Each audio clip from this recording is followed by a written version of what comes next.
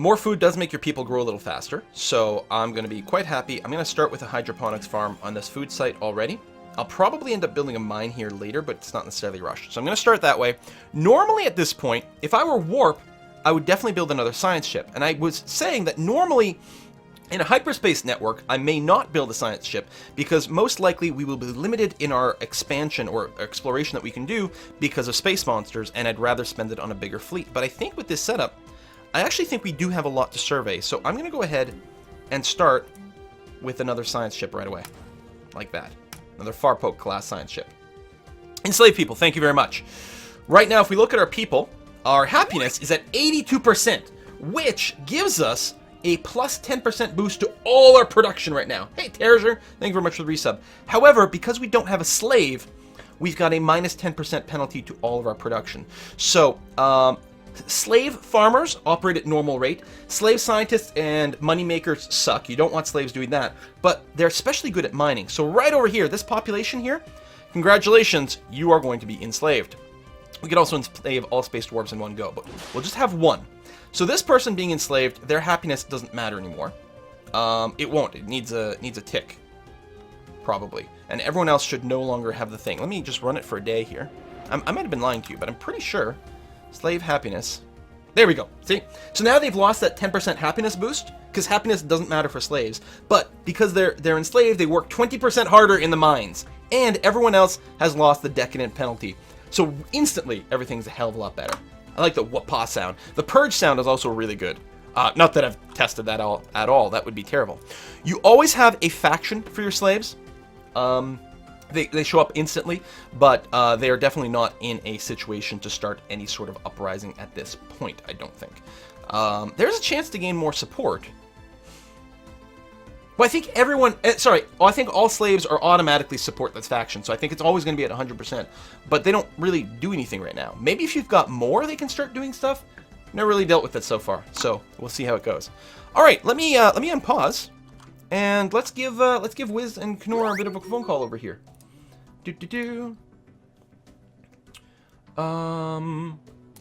Call Wiz. Bring Knorr into this chat. Oh, we got a new heir, Adar Zane.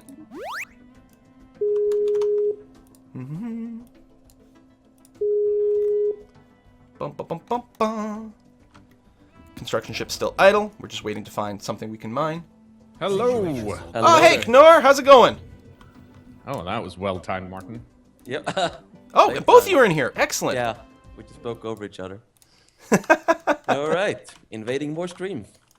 Welcome. Well, I'm happy to have you guys here. I'm sure people are going to have a ton of questions out there. Hopefully people in the chat can let us know if the sound from Skype is good and balanced. Hopefully it is. Might go and boost you guys, actually. Let's try that. So, this is a Saturday. You guys have, it's a Saturday. You guys have just had a long week, streaming 2 days straight, and yet here you are, still doing stuff. Yeah, well, Yeah. I mean, Go I on. can't speak for Ignore, but me personally, I'm just kind of going around watching Stellaris streams and YouTubes anyway, so it's fun to jump in and talk about them. You know? Yeah, I'm about the same. When we came home from London, I was like, oh, I'm gonna take the day off, which I didn't. I instead just tried to watch Stellaris content. But there's so much of it now that I don't feel like I haven't actually been able to watch a single playthrough really. I'm just looking at things going like, oh, they're playing that. That's really cool. Yeah. I should check that out. And then you're like, oh, but this thing is also happening. So there's a lot of that, and also, of course, refreshing the global top sellers list on Steam. I'm not gonna deny that I do that quite a lot. Well, right now, is Stellaris still #1, beating out Doom on Steam? Yes. I think so, yeah. That is pretty impressive. Mm-hmm. No, so that's fun. I'm supposed to be playing Stellaris today. So for the first time in a week, it feels like that's gonna be pretty awesome. What do you mean you're supposed to be playing it? Are you streaming it or something? Yeah, I'll be streaming in a bit. I'm gonna be multiplayering it with some friends. Oh, nice! Mm-hmm. Sounds cool. It's problem though. They've played more than I have. For anyone who doesn't know, of course, Knorr, you came to Paradox because of your experience of being a streamer and YouTuber and all that. You are very well known in the Blood Bowl community specifically. Yes, that's not the largest community, but yes, sure. That's not the largest community? No. That you're known for? Well, no, I'm saying that is the largest community for what I'm known for. I'm just not saying, I don't expect most people to be like, oh, Blood Bowl, that thing. Oh yeah, a lot of people may not know about Blood Bowl, but I think if they do, they should probably know you. If they don't, I'll be very disappointed. Exactly. So, just aside from all things, but have you noticed that your home star is a red dwarf? No! That's fantastic! Oh my god, that's amazing! So Armok is a red dwarf. I mean, he is the blood god. That's so amazingly appropriate. I had not noticed that. Thank you for pointing it out. No. No, it makes me very happy. I like where stuff just works out. Like if you have a good story for your empire and then stuff just slots in, like it being a red dwarf. Who was it who told the Jotunheim? Did you hear that? That was Enter Elysium had. Right, that story. That was like. And what was that? Like, he found like a giant on. He colonized the planet and called it Jotunheim, and he found like giants on it and recruited them to his armies as like giant armies. Oh, I think I saw some screenshots of those issues. Yeah, that is really cool. It's just a coincidence. Like it's a thing. It's a legit chain where you find gigantic wildlife and you can make like fighters out of them. And it just happened to happen in Jotunheim, and it was amazing. That's what I like. It seems like regardless of how, like every time I play, something like that tends to happen, which is super awesome because I've committed, or I've admitted to myself rather, that I'm not like the min-max player. I'm not going to be playing Stellaris efficiently, so I'm always looking for the story. Mm-hmm. And so far, the story hasn't been hard to find. No, I think it develops very naturally. Mm-hmm. Which is good because, I mean, of course, most of the Paradox games are historical games, so there's sort of an implied story based on history as is. I mean, there's still room for more to develop, and there always is, especially in Crusader Kings, but even in EU4. But here, it's about making your own, and that just happens based on how people treat you when you first meet them. And most of the time, that is not particularly friendly. This is going to be really interesting to watch because a ring galaxy has really, really tightly clustered stars, and you max the amount of empires, so I think you'll be running into people extremely quickly. That's okay, we need more slaves, it's fine. This map might not even have spawned any fallen empires because it might just be choke full of regular ones. Oh, that's interesting. I mean, I do have 8 advanced starts, but yeah. The Fallen Empires, is it a completely random number? How does that determine? It's determined by the size of the galaxy. So, like, each size has a certain amount set to spawn. But they are spawned last, and they can only spawn if they have, like, a certain amount of room to spawn. So, a filled-up ring galaxy might not leave them anywhere to spawn. Like, it's not a guaranteed thing, but I've seen it happen. Wow, okay. Yeah, it'll be really interesting. Watch it turn out that there's a Fallen Empire immediately to my right or left. and no, both. To your right and your left. Yeah. Oh, that would be unfortunate. I'm expecting it's not going to take that long to meet anyone, although I haven't yet, which is quite surprising. Although I do have alpha and beta aliens. And I'm finding all these anomalies with, like, a massive failure risk. I guess I'm only level 1. That makes sense. My people are going to gain experience points slowly, too, so hopefully it's not too difficult to go and research them. All right, so this is the Dwarf Fortress Stellaris run, I'm guessing. That's right. Yeah. So what we are, I decided to do the extremely adaptive or adaptable or whatever it's called build with the extra 20% habitability. Mm-hmm. And dwarves are well known for their love of alcohol, so they are fanatic spiritualists. Get it? Because we have a higher happiness cap, as I wanted to be able to exploit that with extra base happiness. So I thought that might be good.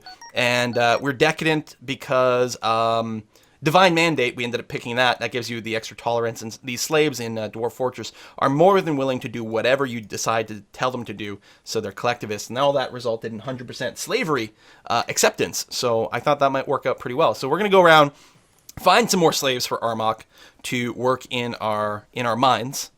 So you're just gonna enslave everyone who isn't dwarves and also a bunch of dwarves? Is that the plan? Yeah. I mean, for now, like, we've got some dwarven miners, of course, certainly. That's pretty important. What about the elves? Well, if we find the elves, which we actually forced, we created a filthy elf race. And we forced them to be in the universe somewhere, and they're going to have to be exterminated. They look like trees. It's very inappropriate. So I got the crystalline entity pop up here. And I've got the choice whether I issue a special project for them or if I expect our fleets to break them apart. Can you give us a little bit of guidance as to where each option might lead? Oh, let's see. I'm trying to remember which one is which. One of them gives like the crystal sonar, which lets you instantly investigate the system. I think that's the special project. And the other one gives something The other one else. doesn't the other one give you weapon tech? No, the weapon tech you get when you investigate the remains. So yeah, it indirectly gives you weapon tech. Right. Because it's about breaking them apart. But I also Yeah. think it gives some other stuff.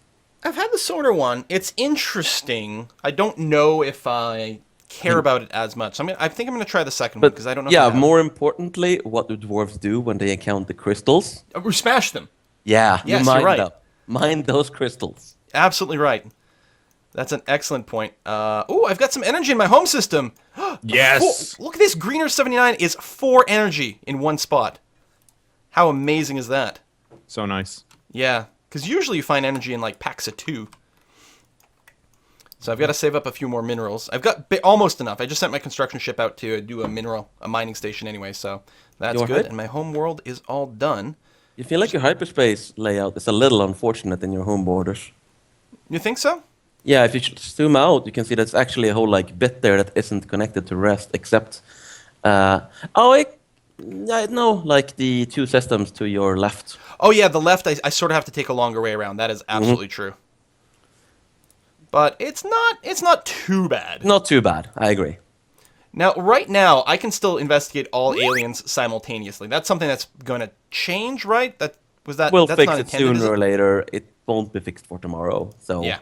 enjoy your exploits. Yeah. I mean, you don't want to go and break the game right before release. This is a very minimal little change. One thing that I hadn't really realized is when you're researching the anomalies, obviously it freezes your research. Yeah. But you still accrue your research points. So once you finish doing the anomaly, you then power through that backlog of research points. So you don't really lose that much progress. No, it just delays it a bit. Yeah. Which Because is one of the things nice. about the backlog is that it isn't immediately spent. You cannot just burn it instantly. Rather, it can speed up a tech by a double, because you can only burn a certain amount each month. Yeah, I finally realized that because you'd do debris or you get an event or something like that would give you a bunch of points.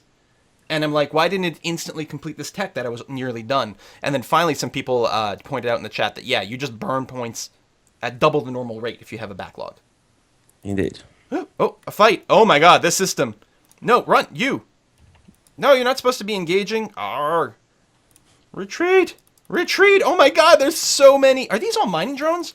I've never seen a cluster of 4 mining drones like this. Oh, thank God for retreating. Woo-hoo! I still lost a Corvette, though. Progress saves. Well, the dwarf died bravely in pursuit of greater minerals. I do like when your ships are on evasive mode, they will path around systems that have known space aliens in them. But this is the one problem with hyperspace lanes, is you can get kind of pinned in by space monsters and kind of get a little stuck until you can build up a proper war fleet. And by building a second science ship here, I won't be able to build a war fleet quite as quickly. Yeah, generally speaking, hyperlanes means you need to build up your navy earlier, just because you can really end up in a situation where, my only way out to the things I want is through like a 500 military strength space amoeba. Or in my case, I actually wanted hemmed in by a system that contained about 20 mining drones, and I'm not even exaggerating. Wow. It also had, it had like 20 minerals as well, so it was a pretty good system, but... Well, that's what I'm hoping when I get back to what is this, Yinin over here, that it'll actually be quite loaded down with stuff. It's also a desert world, which is one step off of arid, so it's something that we can consider colonizing, especially with our extremely adaptable. Although we still need the technology to go and colonize it. So we'll be prioritizing that. Oh, there's the Ancient Mining Drones event. Yeah, we're going to see what they're made of. We're going to take them apart. Because the option 1 is the thing that like reveals to you some high value systems, yeah? It's like, I'll find them eventually. That's what I figure. Or am I remembering that event wrong? No, it also gives the droning optimizations edict, which is super nice.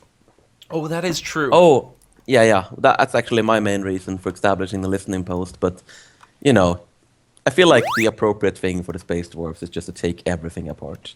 Yeah. So my fleet is slowly making its way back. Good. There we go. Return that way. Yeah, it keeps running into systems with hostile forces.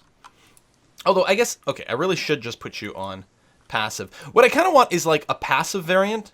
Like, something between passive and invasive, where they really won't get into combat at all, but they won't just, like, run and break their path. I don't know. I guess passive mostly does that. I think what happened is, in the Yinin system, is I jumped in literally on top of some dudes. Yeah, I was thinking of changing it so that if they have an existing path, they will see, like... Would continuing this path be a valid way to continue evade? And then that might be fine. Because yeah, that's annoyed me as well, that you like lose all stored up orders. We found our space cows. I like how like every government has or ethics has a different way of describing what they find and dealing with them. You know, the materialists are like, they're not even worth hunting down. Like, let's ignore them. Who cares? And the spiritualists here, we are to keep at a respectful distance. Do you want to know the ironic thing? They are actually kind of worth hunting down. Because you can scavenge them for weapons. Ooh. Well, we have to do that. I mean, they're like, most of the little fleets of space cows are something around like 76 combat strength, I think. So yeah. They're quite easy to grab. But once you've done it, then they will be flagged as aggressive. And if you don't kill them, you'll get all these annoying messages as like these offensive fleets go through your system. This is true. A comet was sighted. A light was seen moving in the night sky of Mountain Home, its gentle arc standing in stark contrast to the slow revolution of the stars. The citizens of Mountain Home see it as proof of recognition by the powers that be and a subtle blessing of our cause. Indeed, it's going to give us 12 months of plus 15% happiness. Clearly a good omen. That's fantastic. So now our people should actually be joyful and get plus 20% production. Plus 20% to all the things right now. Except That's minerals. really good. Which is already 20. Oh, right, because that was already 20%. Yeah, that is nice. So I've got one of these tiles that has 1 energy and 1 mineral on it. Would you guys, like... There's nothing, I don't think, in the game that gives you both of those for a building. So you're basically choosing whether you're going to put a mineral building on there or a credit building. Or am I wrong? Yeah, pretty much. For me, if you're wondering what I would do, it depends on what I need the most. But it's also like, in my opinion, it's also totally valid to just leave that one alone for a while. Because the return on what you invest there isn't typically not as good as the return on other tiles. Yeah, because you're only going from like... So you're going from a tile that gives you 2 stuff, and you're going to turn it into a tile that basically gives you 3 stuff, so it's not as high of a priority. And yeah, that is what I'm going to do. In fact, one of the things I like to do early is get a lot of the food tiles unlocked. Well, extra food doesn't grow your population that much faster. It's still pretty nice. I mean, it's like... Yeah, it's 10% per surplus food, which may not sound like much, but 50% faster growing speed if you keep a decent surplus. That stacks up pretty quickly, and I mean, there's also added benefits to that. If you grow quickly, you can activate more tiles quicker. So, I mean, It snowballs. yeah, Absolutely. And growth can be really slow later on big planets, so every little bit helps, really. What causes the slave faction to get, sort of... Because their membership don't. is always 100%, right? Yeah, right now they just don't. So. Oh, that's right. That's right. You erred on the side of not breaking the player for the initial release. Precisely, because we had fairly late in development, we had the issue that just slaves were just constantly rising up, and we sort of figured, okay, we'll take the time to sit down and figure out a good way to do this, but for now, we'll just make slaves not uppity, and let players enjoy that for a while, and eventually we'll put in some uppity slaves. With the other factions right now, I don't think I've shown any in my Let's Play yet, but I certainly had that issue in our multiplayer event because I'd taken some territory from other people, and that was pops were not particularly pleased. So they were going around like smashing buildings and just causing some trouble. To manage them, like there were a few options for spending credits and influence to try to bring that down a bit. Is there anything else you can do? Can you park like ground troops there or anything? How do you deal with these jerks? Oh, the factions? Yeah. Well, aside from making them happy or enslaving them, Oh because yeah. you can just enslave them and they will join the slave faction. So actually the best, an empire where everyone is enslaved is the most perfectly orderly empire. This is going to be the greatest empire then, because we have 100% tolerance of slavery. But other than that, you have the various manage options. Like if you have a lot of energy credits, I typically just use the media option, what it's called, like bribe media. Just put out a bunch of terrible stories about them, and then they lose all their support. That's what I've been doing, because there's the other option, I don't remember what it is, that costs a lot of influence. And I was like, that's too much influence. But the one that just costs a little bit of money, that's not too bad. It's money and 50 influence. But that's manageable. Leap202 in the chat just says, enslave is the solution to every problem. Sometimes it is. We're playing that kind of game. I got some pretty decent planets. Well, I haven't actually looked at the terrain here, but I've definitely got a fair number of arid planets. This is what size? Size 18 is not too shabby. I got to figure out how to clear out dangerous wildlife. Oh, is the cost to remove these blockers? Some are more expensive than others, isn't it? Yeah. It's just set by the type, really. Like the ones on your starting planet are a lot cheaper than the rest, for instance. Because, you know, okay. you're just clearing some sprawling slums. Nobody cares. Yeah, it's just some people that live there. It doesn't matter.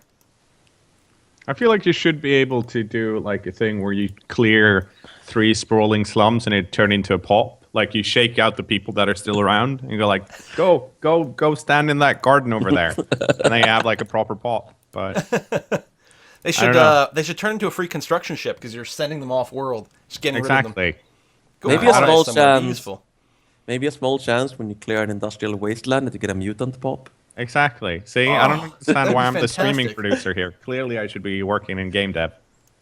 Got all the good ideas. I'm really hoping I'll find some pre-sentient races because I haven't done that yet, and I really want to uplift something. Yeah. Just be really Make- fun. Are you gonna genetically tailor them into the perfect slaves? Yeah, so when you uplift, you get to give them some traits at that time? Yeah. That's really cool. Well, I was really jealous. Like, I know you didn't get far enough to do it, but your Soul 3 Tomb World with the cockroaches of awesome, I am so sad that we never got that tech. Like, they were highly so intelligent. sad. They could live everywhere, plus they were extra adaptable on top of that. They were going to become the master race. Yeah. Yeah, no, it would have been. It's. Oh. But I mean, compared to the Blorg, everything is pretty good. Look, Hey. we did have our super blorg. Yeah. That's true. You're non-repulsive Blorg. Yeah. That's just wrong. How can you have non-repulsive Blorg? Well, that's what broke the universe. That's true. Oh man, people are still going crazy, like because you haven't released all the YouTube footage yet, right? That's still No, processing? it's all all out. it's It's all all out been now? released. Yeah. Mm-hmm. Okay. Well, people must still be like trickling through it because it was a lot of content, and it's just Yeah, fun yeah, to see like the reactions from the event. it's a massive amount of content, and normally I wouldn't publish it that quickly because like it's almost 14 hours of video in 2 days, which is insane. But I thought it would be very, very strange to not have it up on YouTube because I realized you guys that were all there, you would of course you want to be talking about it, and it's easier to if you can actually reference something. Yeah. What's great is all the articles from the game journalists who are there. Yeah. Because obviously they're really good about just writing about things. That is their job. It's really interesting to see their perspective Yeah. of the events that we all took part in. No, I'm super happy whenever I see whenever I see those because it's also of course because of the way the event was set up, we were kind of like I'm not going to say we were focusing on the streamers and the YouTubers, but it's easier to bring up someone who at least as a large hobby actually speaks in front of a webcam and talk about video games rather than write about them. Right. And of course, we had some people that I definitely wanted to like show off, like Jace Gaming, which is an awesome dude. Oh yeah. We started talking on Twitter before the event, and remade. I encouraged him to make a pact with me, the French-Canadian Pact, and he turned out to be a huge ally throughout it. And the thing with these multiplayer games, and I learned this from watching the Paradox multiplayer stuff, is the game is only maybe a quarter played in the game itself. 75% of the game is in real life diplomacy. Yeah. This is how I keep winning. Well, my master plan was bribing people with whiskey, and it seemed to work pretty well. It was a pretty good plan, I gotta tell you. It was that was definitely the reason we brought you into the space party. Just the whiskey. Yeah. If we didn't have any, we were just like, shit, we have a dry party. What are we gonna do? And then you were just like waving the whiskey flask, and we were like, well, anything. I'll take any advantage I can find. Is that a 3-mineral planet? Nice. Boop, mining station that. So that's what I usually do at the start of the game. Is I look purely for like the mineral places that I can build mining stations for, because I feel like getting the mineral engine up and running as soon as possible is important. Although I should probably I think I need to stop building mining stations because I'm about to finish my colony ship tech. Oh no, I've got lots of time. Okay, never mind. I was looking at the wrong section. I was worried I wouldn't have the minerals to build my colony ship when I finished the tech. And that's bad. Got to get my build order better. yeah, that's pretty much what the AI does too, actually. It has like a baseline of about plus 30 minerals. That is almost the first thing it beelines for. Oh. As long as it can afford it in like energy. And then it has a similar baseline for energy that will build up to, and then it has a similar baseline for tech. And only when those three things are all in place will it start to do more like weighted calculations. Because getting a bunch of minerals in the start is so important. Right, yeah. Now, of course, with every mining station you build, it costs you energy. So then Exactly. at a certain point, you start to hit the energy wall. Yeah, and then you usually go build an energy mining station. Right. So yeah, I'm going to have to clear out this Romzier system. I don't even know what's in there, but it's going to definitely block my route into the systems just west of my current empire over here. I mean, I can go through the north as well, but it's got its own little stuff in the way. Is that a system with 9 energy to the, like, down in the corner? Or am I just seeing it wrong? What? Who said something about 9 energy? Or is it just 1? In which... I don't see a 9, so it must be a 1. Okay, it's just the 1 then. Okay. My scientist just became paranoid. God damn it. What does that do? Slower research speed, slower anomaly research speed. Okay, 10% anomaly research speed sucks, but it's not like you spent that much time actually investigating anomalies. Well, I mean, it depends on how many levels does he have, or she. Oh, level 3. Okay. Because I was like, if it's low level, get rid of him. Oh, I see what you're saying. Yeah, but I mean, it would cost me 50 influence to hire someone new. That's my other priority. Get up to 200 influence after I get the after I get my extra researcher for my second science ship. It's get back up to 200 influence so I can build a frontier station. I love frontier stations. Yeah, I guess that's true. You can always use the paranoid one just to survey the systems. I'm just usually really bad at keeping track of if I have specialized science ship, which one does what. So I always end up using the wrong one, and then I'm really annoyed with myself. Right. So I give them really clear names. Yeah. So it's like this is the anomaly one. Well, Gashab really will be my anomaly one because she's actually an archaeologist. So plus 50% speed and minus 25% failure risk. Oh, that's nice. Yeah, so that actually, I'll have to remember to keep that in mind. Okay, listen, I was going to wait on reading out some of the tips that I'm getting here until we're done talking to you, but I do have to address this because we got just a few in a row. Jarek Snow, first of all, thank you very much for starting this off. Watch you for years, rarely catch streams, so here's some catch-up. Thank you very much, Jarek. Halurl said, I just thought I'd interrupt you. That is very sweet of you, Halurl. We've got Aegon the Sixth Blackfire, who left no message, but has a very intimidating name. We've got the Averwolf, who asked a question to the developers. So actually, I'll come back to Averwolf in a moment. We've got the Nerd Wonder, who says, I finally get into a Dwarf Fortress game, and I'm thrilled that it's Stellaris. And I'm the physics researcher. Time to put that minor I got to college to work. Oh, the Nerd Wonder is my physics researcher, that's right. Who is an expert at materials research, which is good. And Charles E., who sent in another massive tip here for the new month. Thank you very much, Charlesy. I hope you've been watching my YouTube Let's Play, Charlesy, because of course, Charlesy, you are the name of the first colony that we built in there. You are the star and the planet in there, and we'll talk more about that afterwards. But to get back to Averwolf, who's got a question about the game, will space communism be an option in Stellaris? Isn't that collectivism?